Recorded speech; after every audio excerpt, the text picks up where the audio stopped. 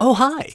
Today we're going to be continuing the series where I showcase some of my old Bionicle creations. Everything you see today is going to be from the year 2011. Very old stuff here. Now currently there's no way to see these images on the internet, so I kind of wanted this series to be a bit of a platform to show off some of my older stuff, but also, looking back at your older LEGO creations, it's a way to get a bit inspired today. Whether that's inspiring myself or inspiring you guys. Hopefully inspiring you guys. Now, these creations here were all a team of Makuta that I made up as a kid called the Makuta Destro. So it was 6 bad guys forming an evil team to fight the Toa. Let's see if they still hold up today. The first one we're going to talk about today is Death Chill, Makuta Death Chill. So she was an interesting one. This is the first one I built to start off this little wave of MOCs that I made. And I remember being really happy with this.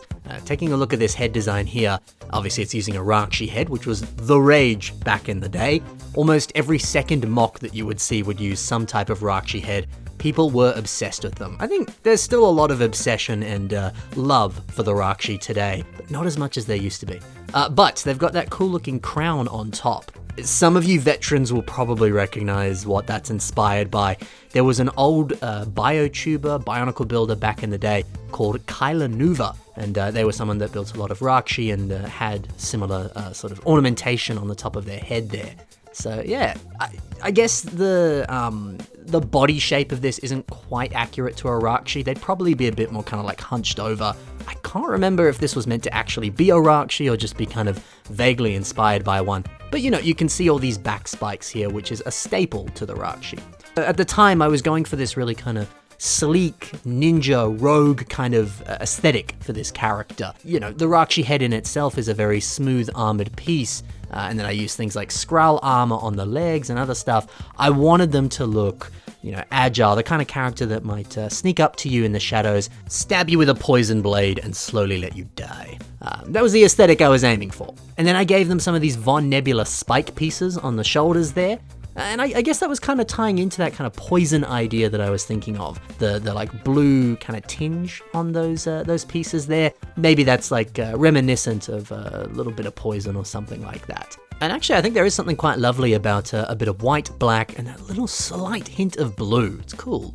So this was the first MOC that I made. I still quite like it. It'd be interesting to revisit this today and lean a little bit more into that ninja aesthetic. Maybe I could have put some like cloth on it or given them like a ninja mask or something like that. That would have been really cool. Now I've got this image here because I remember when I posted these on MOC pages, I would do little teasers at the end of each post being like, oh, who's the next guy?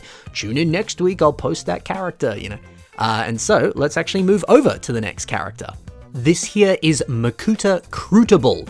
I think I just liked the idea of an orange and black Makuta and really wanted to play with that. Actually, you know what I think I was inspired by? This weapon here, this rather large staff that they have.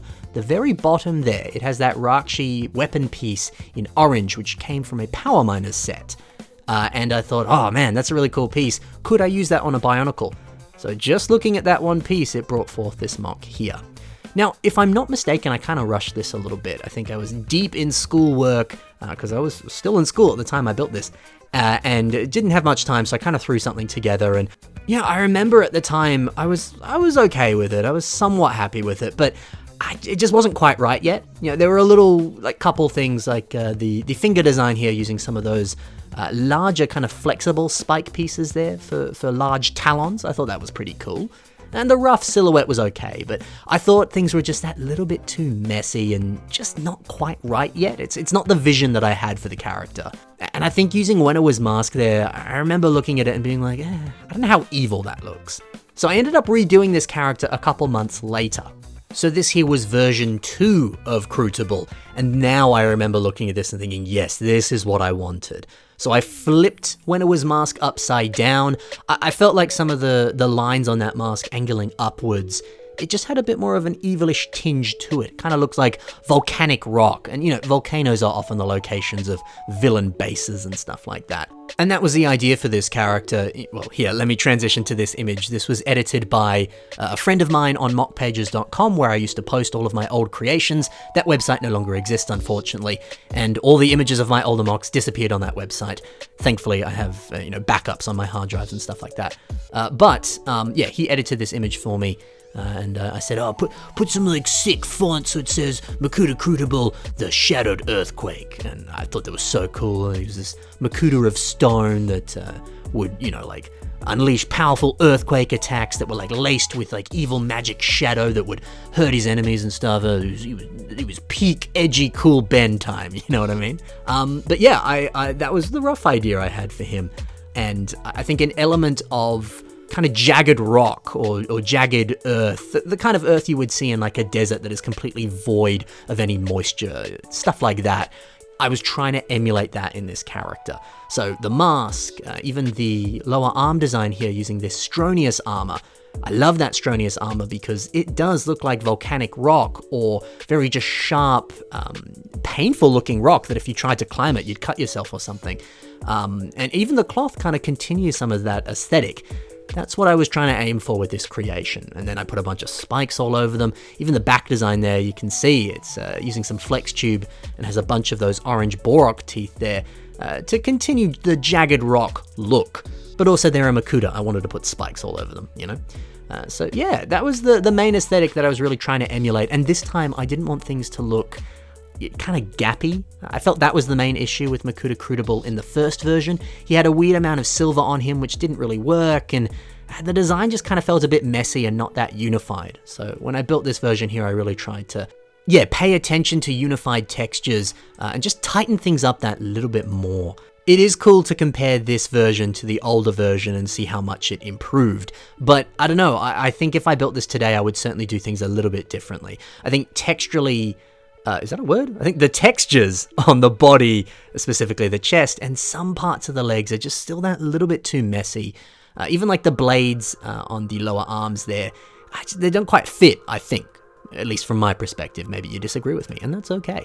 I love the idea that I'm trying to emulate with that jagged, rough, volcanic rock. So it'd be nice to emulate that all over the body. I'd still want to tighten up the textures just that little bit more. But still, there's something lovely about seeing the progression of something, even just from a couple months. And also the idea of not settling, because I do it all the time, where you build something and you're like, oh, it's not quite what I want, but it's fine, whatever. I put hours and hours of work into it, whatever, I'm fine with it.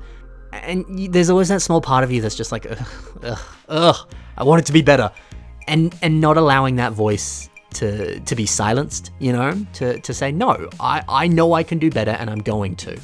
And then triumphing and getting the result that you wanted, And hey, many years later, there's still room for more growth, and that's a beautiful thing. We never stop growing as a builder. So, next Makuta now. This is Makuta Septerra. Now, some of you astute fans out there will note that sounds a little bit like the names of Pokemon. That's because it was. I built this guy, and I was like, what do I call them? And I was like, all right, they're a Makuta of jungle, of plant life. I guess I should look at some Pokemon that are grass type. What are some of my favorite grass type Pokemon? Well, there's Superior. I'll take the Sep part of that name, and I love Torterra. Septerra, perfect. There's another one coming up later that also took influence from Pokemon. Pokemon is something I've always loved, still love today, and I've had people message me before. They're like, how do I come up with names for my Bionicles? There's one. There's thousands of Pokemon. Steal elements of the names, combine them together, see what you come up with.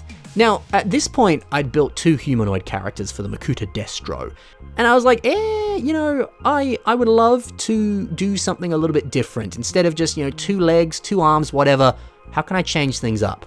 So I swear I saw an old mock online somewhere that gave me the idea for it, but I was like, what if his legs were like the roots of a tree, and he was kind of growing out of the ground? And I'm not sure how well I executed that. It kind of just looks a bit like a tripod. It doesn't really look like the roots of a tree, but it's still a really interesting idea. And I don't know, I always like seeing mocks that just try new things and aren't doing what's expected, aren't doing kind of normal stuff.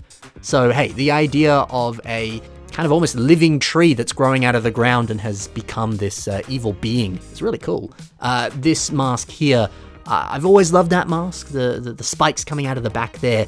There's something wonderfully evil about it, so I think it pairs very nicely with an evil character. We've got some of these Karzani headpieces here, or Pridak feet, but in dark green, and I love those on a arm design there. I always imagine that you know, the back there, because it looks quite sharp. He'd use those to stab Toa or whatever, and something about it just feels very kind of plant-like and very much like a tree or leaves, all that sort of stuff. Or maybe like a Venus flytrap or more deadly roots that you would see on plants that are like deep in unexplored forests, that sort of stuff. So yeah, I was really trying to play with very different body types here. And that's what I was trying to also do on the next one, which here's the teaser photo that I posted for it on Mock Pages. Who could they be? Well, we're going to move right over to that next character now. This next Makuta is called Makuta Infernike. Infernike, of course, based off of the Pokemon Infernape, and it was the same logic. I built this dude, and I was like, what do I call them? I really like Infernape. I'll just change some of the letters. Infernape, Snake, Infernike. Sure. That's how I came up with that. Now, yeah, same deal here. I was like, I don't want to do a typical body. Let's do a snake dude. So that was essentially the like creative impetus that I came in when building this. I was like, make everything as different as possible. And that's kind of where this head design came from. I took Kalma's head and I flipped it upside down. And the idea was those black tentacles were kind of like a Cthulhu-style beard, or Davy Jones from Pirates of the Caribbean, you know, where they've got a bunch of tentacles around their face, and yeah, I don't know. Looking at it now, I'm not sure how effective that is. It doesn't quite look like a face. I think it actually might have looked better if I just flipped it the other way around. But I was trying things. I was experimenting. I was learning. And that's what's important. I love this image here where he's just taking out my self-mock Kossi with a violent whip of his battle axe tail. That's kind of the MVP of some of these mocks. There's another one coming up later that uses it. These spiked pieces here, of course, some came on Von Nebula in black, but some of them also came in red on the Hero Factory set Explode. And I actually quite like how that looks, that barbed tail there. It's quite cool. There's a shot here where you can see the upper arms. There's this kind of weird looking piece on the edge there. That's actually chain links from a Bionicle watch. I remember I had that watch for ages. I used to wear it every so often. And then I discovered like, oh wait, I could just use these on mocks. And I tried to squeeze them into as many mocks as I could. And that was one example of me doing that.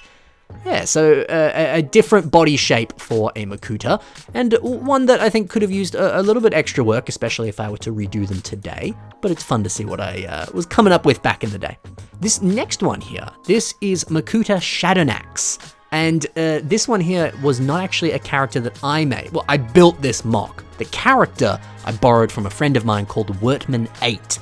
They're an old friend of mine from back in the day that I became fast friends with in the very, very early days when I first joined mockpages.com. And he had this cool concept where he had his main character, which I think was Radanax, and then he had the evil version, Shadownax. So Radanax, if I'm getting that name correct, I might be goofing on what that character was actually called. It's been a while. They had Hydraxon's mask in silver, the evil version then had Von Nebula's mask in black. It was just kind of a perfect parallel there.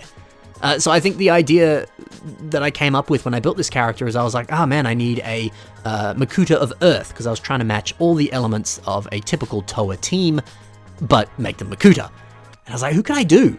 And then I thought, well, Shadownax, maybe, he could fit.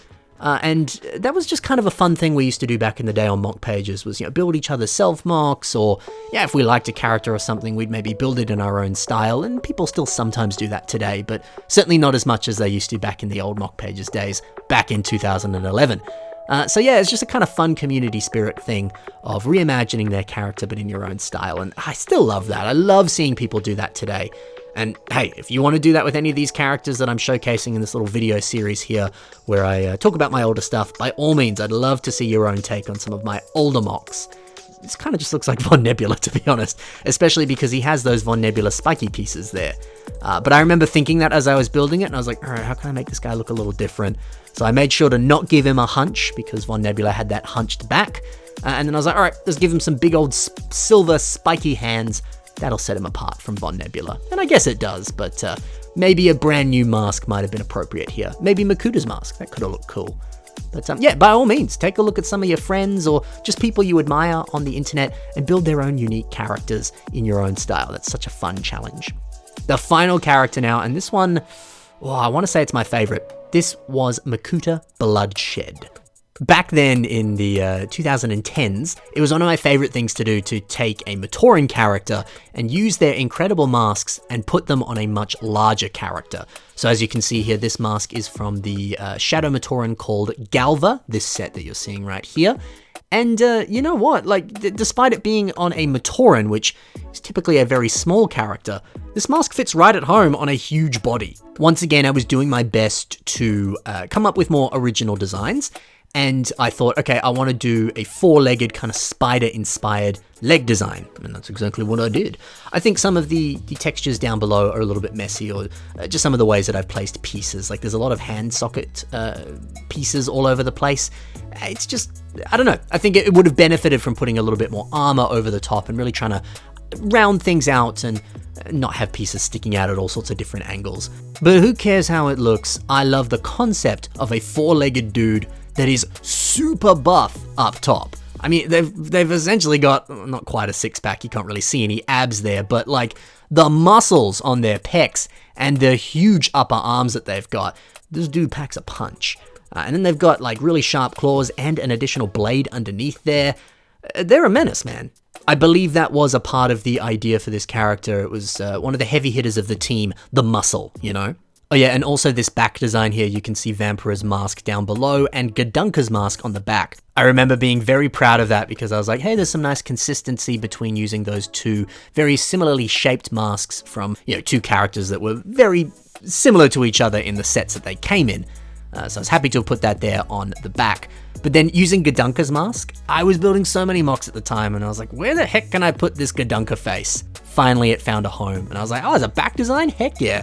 I was very proud of that back then. I'm not sure it fits too much now. It's kind of a very different color from everything else. It's still a shade of blue. I suppose it's not too bad, but would be nice to see a few more glow-in-the-dark pieces here and there. But it does make for an interesting back design, so maybe you could do something similar to that on a future mock of your own. But look, that's the cool thing about the Makuta Destro, this team of bad guys. Here's all of them here. I had to cram them into this photo because back then I did not have a great photo setup. There was not a lot of room for a bunch of mocks altogether. But I was super happy with how they all turned out back then. I loved the idea of a bunch of very, very different people from completely different locations, different walks of life, meeting up, coming together and forming an evil league of evil. This at the time felt like such a fun experimentation with really trying out different body types, and I feel like at the time I learned a lot. Although it's so funny to look back on this sort of stuff now because I feel like I would do every single creation here very, very differently. And if I'm not mistaken too, the fact that I rebuilt just Crucible, or Crutable, that was actually where the name for Crutable came from. I heard the word Crucible for the first time, and I was like, that sounds sick. I should call a Bionicle Crucible. And then I was like, well, I'll change it up slightly, so I called it Crutable. I believe I was going to actually revamp every single character, because even though it was only a few months later, I was already like, oh, can I build them better? Hey, I'm sure all these years later, if I wanted to, I could revamp all these characters and make them even cooler.